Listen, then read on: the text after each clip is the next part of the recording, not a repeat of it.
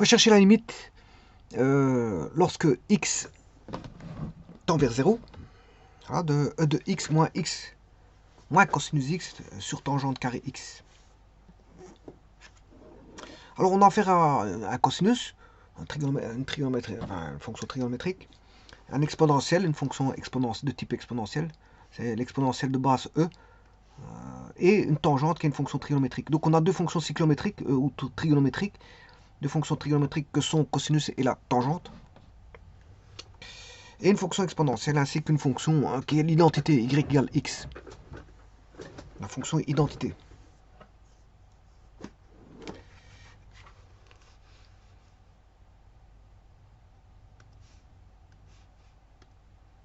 La fonction x qui est égale à y, ou y égale x, c'est la même chose. L'égalité a lieu dans les deux sens. Bon, ceci étant dit, le domaine de ça, on a une fonction tangente, c'est r sauf pi demi, parce que on ne peut pas mettre pi demi dans la tangente, puisqu'à pi. Mais en plus de ça, ici, comme la tangente est au dénominateur, on doit enlever le 0 à k pi près. Donc c'est-à-dire que il faut enlever pi demi et k pi.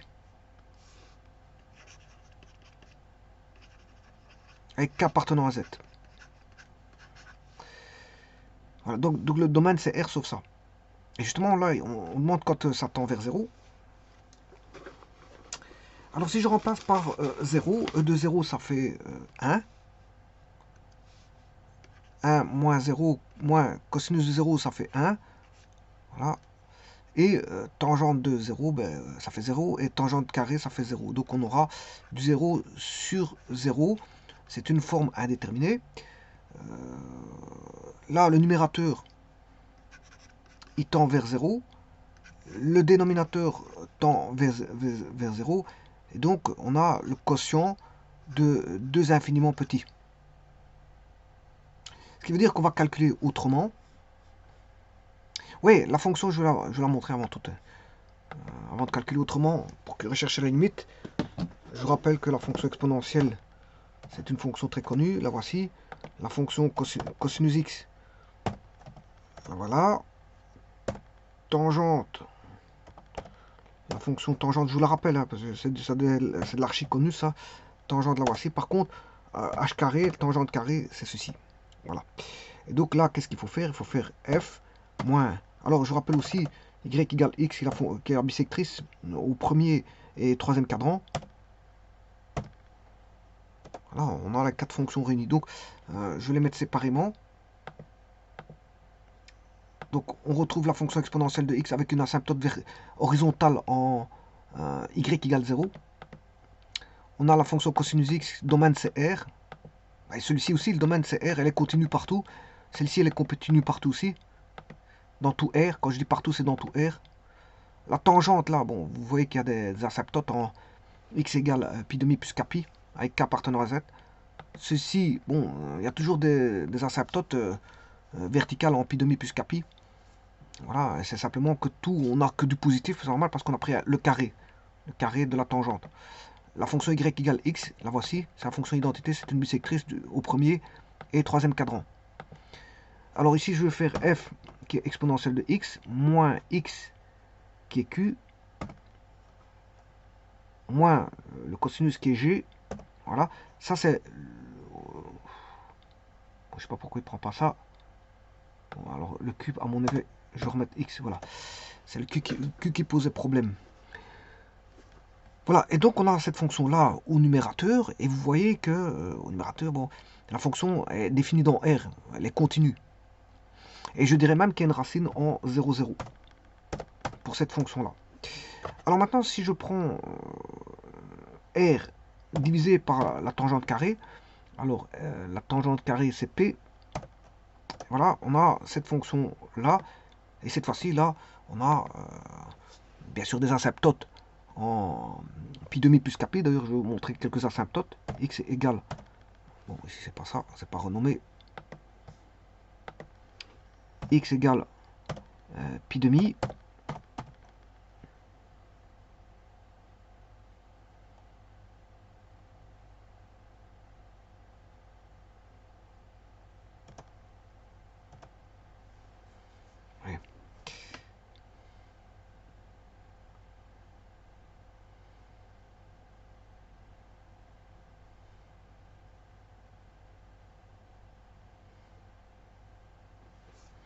Normalement, là-bas, c'était un point rouge. En pi demi. Donc, si je fais S de pi demi, il va me dire indéfini. Voilà. Donc, c'est un point rouge. Bon, parfois, on a des asymptotes, parfois, on a des points rouges. C'est ça que je veux dire.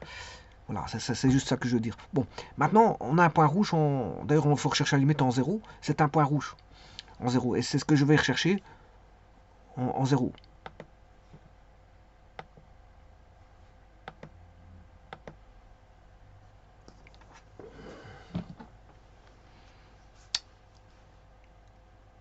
Donc, ce que je vais faire ici, on a exponentielle de x moins cosinus x, le tout sur tangente carré. Alors, tangente carré, je vais le remplacer par sinus sur cosinus au carré, c'est-à-dire sinus carré sur cos carré. Alors, le cos carré ici, je vais le remonter. Ici.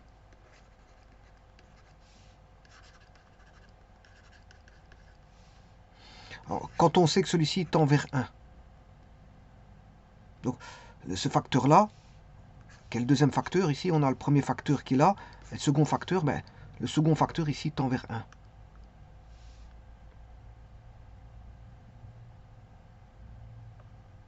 Et bien sûr, le premier facteur, il tend vers 0. Et le dénominateur, il tendra toujours vers 0. Et donc, on a toujours une imprévisibilité, si ce n'est qu'ici, j'ai écrit l'écriture autrement. Et donc, ici, je vais calculer autrement la tendance du premier facteur. Donc, sachant qu'on a un quotient de 2 infiniment petits provenant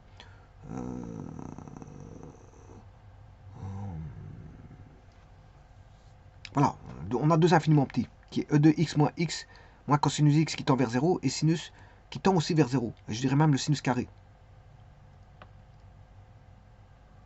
Et donc je vais appliquer ici l'hospital, puisqu'on a du 0 sur 0. Alors je vais dériver l'exponentielle, ça fait toujours e de x. C'est la seule fonction où, quand on dérive la fonction exponentielle, ben, c'est égal à elle-même.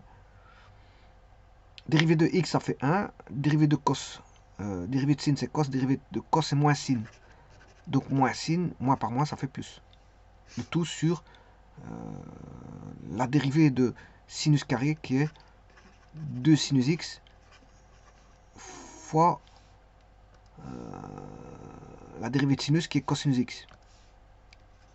Alors bien sûr, sinus carré x dérivé, c'est f carré dérivé est égal à 2f fois f'. Et donc, comme f, c'est sinus x, ben f' dérivé de sin, c'est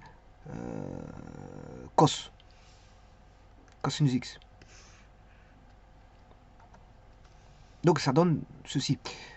La limite quand x tend vers 0. Et donc, je réécris e de x moins 1 plus sinus x et 2 sinus x cosinus x. La trigonométrie nous apprend que c'est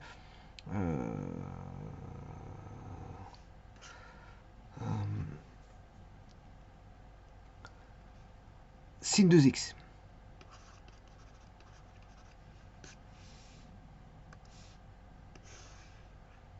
Bon, vous en rendez compte, on a encore un. Là, si je remplace par 0, e de 0, ça fait 1, 1 moins 1, ça fait 0. Voilà, on aura toujours du 0 sur sinus de 2 fois 0, ça fait 0, sinus de 0, ça fait 0.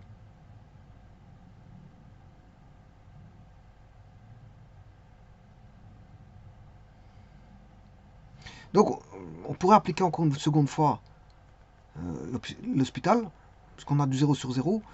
Ce quotient est encore une fois imprévisible. Et on va dire qu'il est hospitalisable. Ça peut se dire, hospitalisable.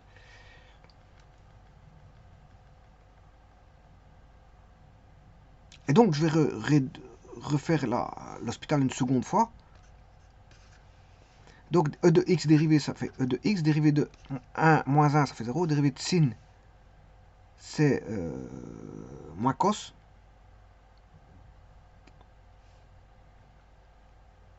dérivé de sin c'est cos. Pardon, je m'excuse. Dérivé de sin c'est cos. Sur dérivé de sin 2x, c'est 2. Parce que je dois faire la dérivée de 2x qui fait 2. Dérivée de sin, c'est cos 2x. Et là, on a... Voilà. E de 0, ça fait 1. Voilà pour le numérateur. 1 plus cos de 0, ça fait 1. 1 plus 1, ça fait 2. Et au dénominateur, on a 2 fois cos de 2 fois 0, ça fait 0. Cos de 0, ça fait 1. 1 fois 2, ce qui fait 2 sur 2, ce qui fait 1. Donc, je dois pouvoir trouver 1 en vérifiant. Donc, ici, à première vue, la limite de ça, ça ferait 1. Mais on va voir tout de suite. Voyons voir le point 0,1. Effectivement, c'est un point rouge. Et c'est bon.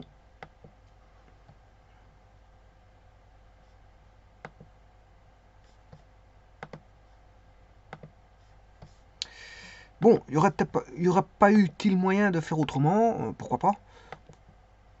Pourquoi pas? Il existe plusieurs méthodes.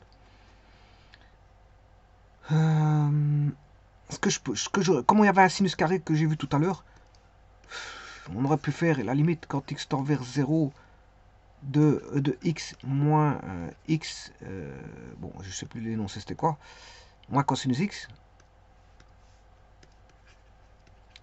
le tout sur tangente carré x. J'ai mal fait ma barre, je vais recommencer ma barre plus proprement, parce que là elle part complètement en oblique. Voilà, on avait ceci. Donc je vous rappelle qu'on avait tangente carré x. Ce que j'ai fait en premier lieu, c'était de remplacer la tangente par sinus carré. Et là, on a deux infiniment petits équivalents. Bon, que je vais faire apparaître dans un petit instant. Voilà, il suffit de multiplier par x carré divisé par x carré. Voilà, et ça, sa tendance, on a une tendance de ceci. Comme ces deux infiniment petits équivalents, quand je vous rappelle que sinus x sur x, quand la limite quand x tend vers 0, ça tend vers 1. Alors, on pourrait faire l'hospital de ceci, puisque c'est 0 sur 0. Sinus, dérivée de sin, c'est cos x. Voilà, et dérivée de x, c'est 1. Donc on aurait la limite quand x tend vers 0, de cos x sur... ça fait cos de 0, ça fait 1, 1 sur 1, ça fait 1. Donc, voilà, mais on démontre que, voilà, par Leto, le théorème de Leto, que sinus x sur x, ça fait 1. Alors, si sinus x sur x fait 1, lorsque la limite quand x tend vers 0, ben, ça fait 1. Mais la limite quand x tend vers 0 de sinus x sur x au carré fait aussi 1. Donc c'est-à-dire sinus carré x sur x carré. Voilà, donc je peux écrire qu'on a une simplification qui va se faire. E de x moins cosinus x, le tout sur x carré fois cos carré x. Alors cos carré x ici tend vers 1, lorsque x tend vers 0.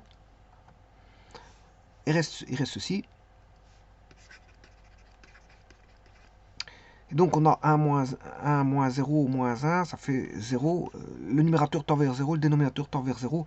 Et le quotient, c'est une forme indéterminée, il faut calculer autrement. Et là, je peux faire l'hospital. Et là, je retombe comme tout à l'heure. Bon, dérivé de e de x, c'est e de x moins 1 plus dérivé de cos, c'est sin, moins sin, sur 2x. Voilà, et donc là, encore une fois, on aura une tendance qui sera égale à 1 moins 1, ça fait 0 sur 0. Voilà. Et donc, je vais réhospitaliser. Donc là, on a fait l'hospital. Et je refais l'hospital encore une fois pour obtenir e de x, dérivé de sin, c'est cos, plus cosinus x, le tout sur dérivé de 2x et 2. La limite quand x tend vers ceci, de 0, égale 1 plus 1, ça fait 2. 2 sur 2, ça fait 1. Donc la limite, ça fait bien 1. Donc c'est une deuxième méthode, si vous voulez, c'est parce que je suis passé par voilà, le théorème de Leto, sinus x sur x. Mais ici, il ne s'agit pas de sinus x sur x, mais de sinus carré x sur x carré. Je vous remercie.